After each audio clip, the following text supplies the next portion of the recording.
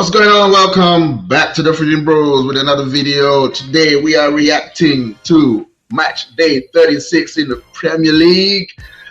2 match days to go, and a lot of drama happened over the weekend, and we are going to get into it shortly. Without further ado, before we do that, actually, guys, like, share, comment, and subscribe as usual.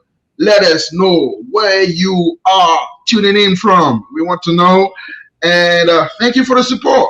Let's go, guys. All right, only one place to start today, and it's at West Ham, where Arsenal wins 1-0. It's 1-0 to the Arsenal yet again. I think I've seen like a stat. I think it's like the 7th of 8th 1-0 win this season for Arsenal. And it sounds like the George Graham days, actually. Yeah, but yeah, let's start with the elephant in the room, and that was the foul on Raya. All right, foul or no foul? Let's get to it. Man. Yeah, it's been crazy. The debates going around, just this single event. It's fiery, man.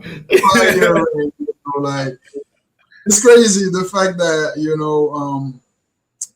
after reviewing everything, at least in the last day or so, it's more so like we're saying the same thing, whether it's Arsenal fans or rival fans. But essentially, I think most will agree, and I don't think it should be any other different that this was a foul. All right, foul on Raya, multiple angles showing a clear violation of the rules by impeding on the keeper clearly, right? So definitely a foul. That was the right call on this one with VAR, which has been heavily criticized, and I think that's where everything else stems from. The inconsistencies with VAR and the criticisms that are now coming to, probably I would say Arsenal fans, but just in general as well, VAR, which is kind of creating these debates clearly. But in this occasion, in this instance, clearly a foul. VAR was right. Yeah, like you said, VAR was completely right. I think you can see clearly that it is a foul. Now maybe the argument there was which foul was first, blah blah blah. But if you're looking at just the Raya incident, and I'm assuming we don't have all the info yet, but I'm assuming that was the deciding factor in this decision, then that was the correct decision. And I think the the debates online, I mean, for most of what I've seen, it's not too much about the actual decision itself, but maybe more the inconsistencies of VAR and maybe the inconsistencies of the viewpoints of one fan base versus another fan base based on previous incidents and blah, blah, blah. But yeah, at the end of the day, like you said, it comes from the inconsistency of VAR, because we have seen these incidents before, sometimes given, sometimes not given. So I remember I was watching, was it Nuno in his press conference, and he was just saying, like, I mean, he wasn't even mad, but he was just saying, like, we're all confused, because it's like, we don't know when it's a foul, we don't know when it's not a foul. Obviously today it was given a foul, and I think most will agree that it looked like a foul, but we've seen the other times that it looked like a foul and it wasn't given as a foul. So it's just like, he was just like, yeah, we're just confused. Like, we're just confused, and we just don't know, like, when it's a foul, when it's not, when it's allowed, when it's not allowed.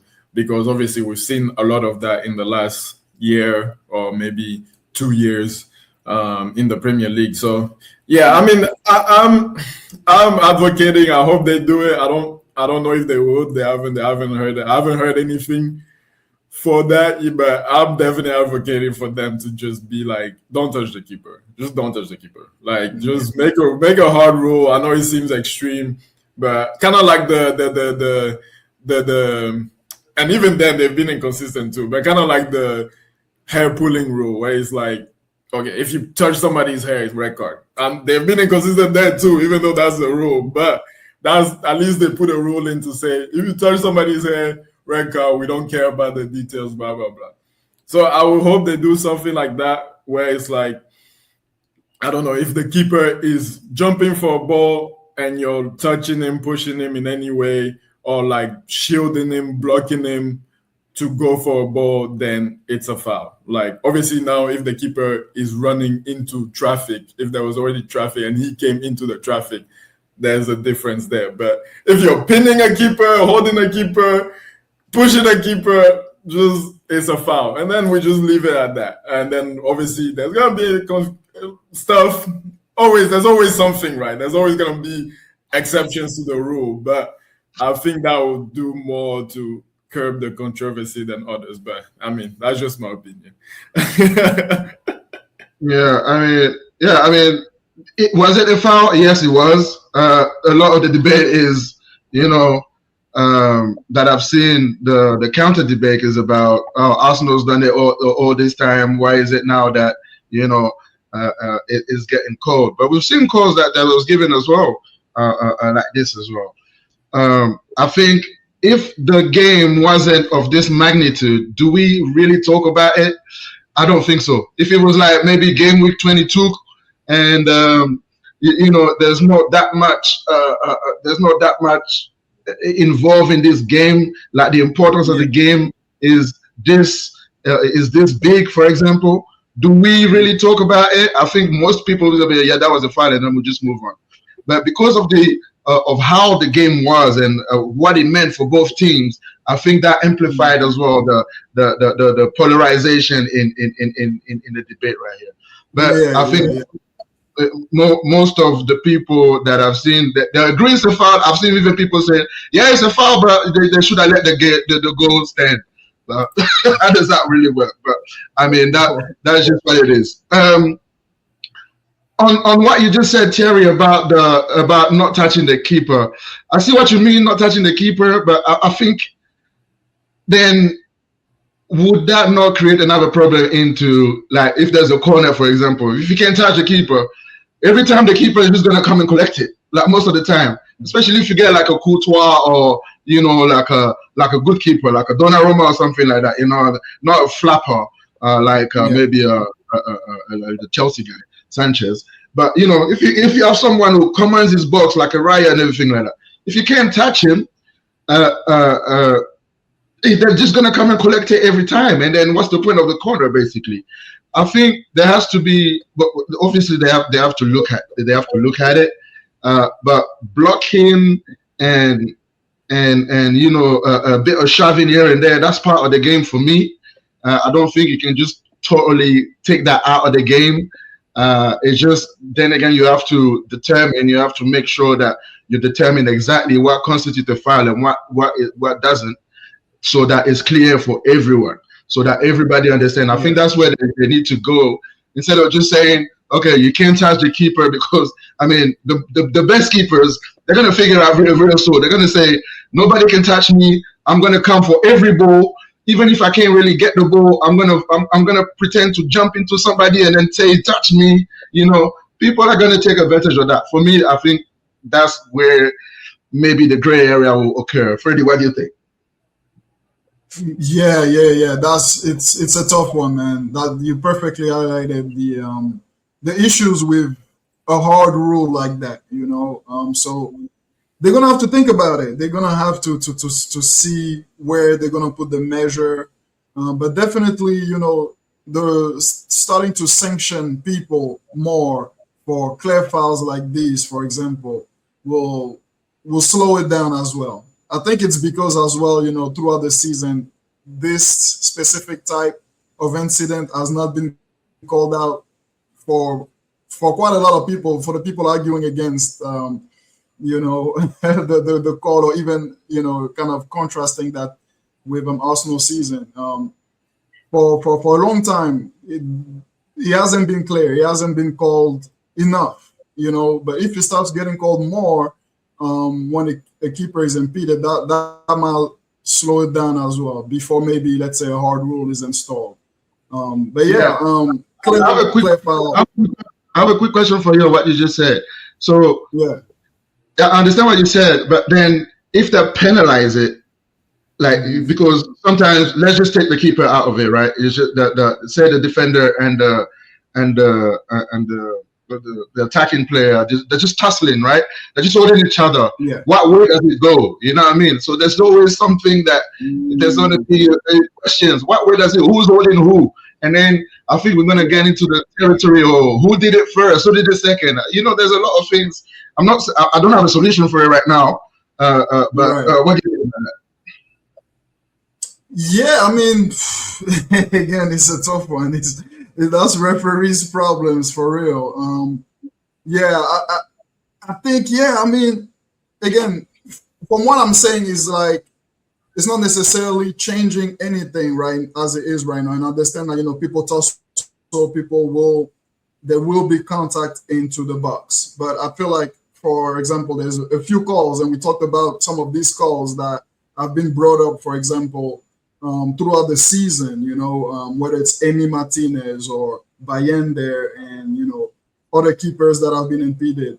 For example, these ones, at least from, you know, from the those teams' perspective, those teams' fans' perspective, these were clear fouls. So if things like that have been called out throughout the season, I think you wouldn't have had the exact same impact it's having right now on top of what's at stake, you know. So yeah, I think it's a tough job to find out where to draw that line and, you know, be sure that, okay, there's not going to be too much barging, but at the same time, there's still contest for the keeper to come clean. Yeah. Well, we're glad we're not the ones making decisions on that one. But let's get back into the game and let's talk about the game a little bit. And obviously, Arsenal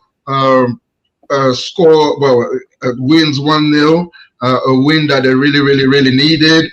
But in terms of the game, what do you think of the game? Because I think Arteta is a lucky boy in this one. Very lucky boy. It was a tense game. There was a good atmosphere to it.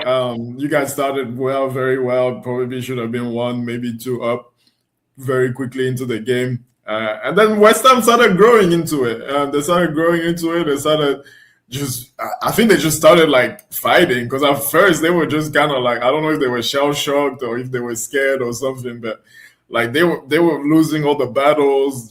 They were just getting pushed back so easily, and then they just started fighting. They weren't really doing anything like amazing, but they were just like fighting and running harder and winning more tackles and stuff like that. And just by doing that, they started creating chances here and there. And then really it was pretty even. Maybe I would say from around the 30th minute until the end of the game. Until the end of the game, really, it was very back and forth. You guys had your chances. They had their chances that they probably should have scored later on as well. Raya again with just a fantastic performance. Like, I mean, he's just been so good this season. It's incredible. And the what you were saying on Arteta, which he made a choice. I mean, at the end of the day, sometimes you just need your players to bail you out. You're not gonna get every decision right. Obviously, you win in the end, so we're not really gonna talk too much about it. But I was surprised. I don't know why you put Rice right back. He looked like a deer in headlights. He didn't know what to do. It's the worst managerial decision I've seen in years. In years. He didn't know what he was doing. The worst. And when you say that we started well, it started then. Yeah, when you made that change, White gets injured. Yeah. You have Mosquera there. We are dominating the game, right? Yeah. Just do the simple thing. Take him out, put Mosquera there, who's played there before, and it's simple. Yeah. I don't know what Superman has done to him. Yeah. You have to show him on. Like, just put him in. like by hook or by crook. And then so you destroy your midfield because now Rice has to go right back. And then you destroy your right back position because Rice is not a right back. Yeah, like you said, the guy was a deer in the headlight. There was no reason to do that. And I don't know. You need the win. You're dominating. There's 2 games to go, and you need a win to win the title. And this is when you choose to invent stuff, to experiment. Would you say that was a panic move? Because I think we talked about that before. Is it a little bit of an element of panic? I mean, the panic move that you talked about last time was the fact that he made 4 changes. But for me, it was different then because we were chasing the game. All right, so that's why I was saying it can't be a panic thing because you're chasing the game and he took up players that were not performing that day. Today, I don't know if it's a panic mode because I don't really think. Would I say panic? Probably not. I think it's trying to reinvent football right there. I think it tried to be like prime Guardiola. Like just keep it simple, mate. Like we were dominating the game so much up until then. West Ham could not do anything through the middle. You just completely broke down the synergy in midfield, and then you just left gaps anywhere. And I think even the players, they didn't understand what was going on. Yeah, I think they were even they were confused. Like, what is going on? And then the guy who comes on, Zubimendi is just shot for the year, man. I think we just need to wrap him up on cotton wool and just be like, you know what, like, thank you. But for the next 3 games, we're just gonna keep you just rest a little bit because right now you're tired, man. Yeah. Because he comes on he's not winning any tackles. He's passing the ball straight out of touch. He just had the worst 30 minutes ever, right? And then he's very sideways and backwards passing. He doesn't really try and like do anything new. He wasn't doing all that at the beginning of the season. He was more incisive. When he was like even breaking into the box and scoring. I think it's because it's just been run through, man. Just too many miles in his legs this year. I think that's what it is. And he's not used to the intensity of the league. And that's Arteta's Achilles heel, just to manage players, right? But yeah, I just, no one understood this. When I saw the substitution, I was like, "Are you sure?" That's what I said. I said, "Are you sure? Is that what you want to do?" Okay, let's see. And then it just disaster from there. And yeah, Arteta needs to thank Raya, and he also needs to thank Odegaard because those are the people who for me have kept him in the job today because no one would have forgiven him for that one. Yeah. No one. Yeah.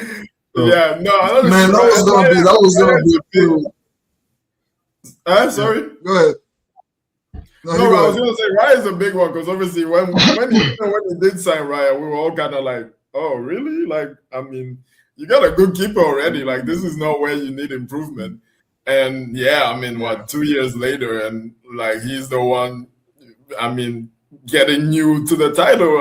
Best keeper in the league, pretty much. Last part of the season, especially. Yeah.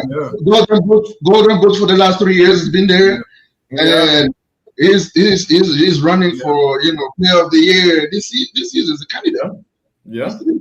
So man. Yeah. I mean, again, like I said, he got away with it. That sometimes you just need your players to bail you out. Like sometimes. Odegaard, sometimes you just need them. And Raya. So yeah, I mean, that save reminded me of Tottenham against City when Son was clean through. Yeah. That was it. That's a winning save right there. That's when you win the league, and we are hoping that's the thing. Yeah, that was because then if Son scored, that was giving us the league, Yeah. And that was a magnificent. I think it was Ortega. I think that day, not even. Yeah, I think it was. Yeah. Yeah. So. Yeah. That's what you want. It's just that. It's just margins. It is. You need those moments to go for you. Yeah. Literally. That's all it is, and so much at stake. Yeah. So much at stake during this game. I think And maybe because that sorts it out, right? That was I was going to say maybe because of that, because there's so much at stake. Maybe there's an element of panic in that decision as well. So just coming back to what you said, Yeah. Right. Yeah. Hey, we two games to go. The one thing that's for sure is like he cannot be messing up like this anymore. Like he cannot even be playing around. And even though the next two games should be in the running of these last three, this should be the easiest, right? I'm not saying it's a done deal, but at the same time, you're like, okay, these two teams, they don't have that much to play for at least. Go there and just be calm and just win as you usually do, right? So that's gonna show as well. It's a real state of mind in these two games. Well, on that, since you mentioned that, on that, let me ask you a question then. So, do you think there's one more drama waiting to happen in these last two games? Is there anything else that we need to, that's just stupid decisions like this, or refereeing decision? Because it can happen on anything right now, it's that tight. And, so what do you think? Do you think it's just plain sailing for Arsenal right now? Or is there one more thing that's going to happen? Let's say we're in Fergie time right now. man. Like, as it's been for the last few weeks, though, it's all in Arsenal's hand. I think only Arsenal can create the drama here. There's no reason to. But, if there is really that element of panic going on, if there is, maybe a little lack of confidence somewhere, it may show during these next two games, because Burnley, you should beat them. They're going down. They have not much to play for. They're preparing for championship. Unless they come on a day where they're like, yeah, we want to make a statement, which is why, even they've had 35 chances to do that.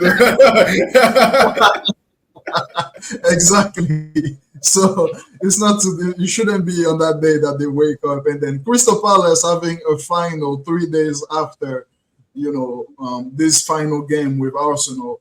You can just imagine that, Glasner is going to try to get that trophy, that conference final, instead of focusing on the league. So I don't think there is any drama. I think if we give it chances, I think maybe from the 50% chance we had before those 3 games, it's dropped down to like maybe 10% chance for any drama to happen.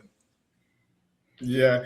I still feel like there's going to be something. I don't think they're going to bottle it. But I don't think it's going to be simple. I don't think it's going to be. I think the Burnley game will be straightforward. I think they'll go and do what they need to do there. But I think that Palace game, I feel like as the minutes are ticking, and especially if you get news that City is winning and maybe they're dominating and they have like 3-4 goals, and now you're thinking of goal difference, like so many things in your head. Goal difference only comes into play if there's a draw from Arsenal, right? If there's a draw on the final day, right? If there's a draw in any of the games, right? Yeah, that's why I'm like, assuming City wins all the games. City wins out, yeah. So if they come in and is this same it's a 3-point lead in the last day, assuming City wins out, because they have a tough game against Bournemouth coming up. So we don't know there, but assuming City wins out, I think there's gonna be something. You remember Man City in 2012 when they had it, and like the last day,